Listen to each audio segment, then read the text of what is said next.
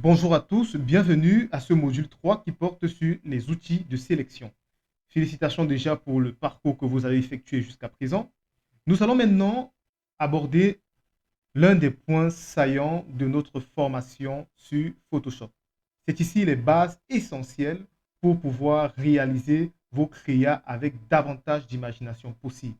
En effet, les outils de sélection nous permettront de sélectionner un objet dans une image ou alors un personnage dans une image ou alors tout autre objet qui nous intéresserait pour pouvoir réaliser de magnifiques créas. Il serait par exemple question pour nous de sélectionner sur cette image ce monsieur, de l'extraire et de l'exploiter dans l'une de nos créas. Ou encore de sélectionner sur cette image notre ordinateur et de l'exploiter dans l'une de nos créas pour pouvoir joindre plusieurs images ensemble et créer de magnifiques effets. On aura besoin des outils de sélection.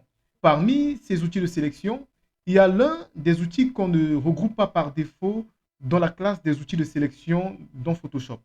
Il s'agit d'un outil puissant utilisé par la plupart des créateurs, par la plupart des designers, pour pouvoir réaliser leurs travaux au quotidien. Cet outil, je vous invite à le découvrir juste à la fin de notre module. Il est puissant, il est efficace et il vous permettra de réaliser, je vous rassure, des créas auxquels vous n'aurez jamais imaginé.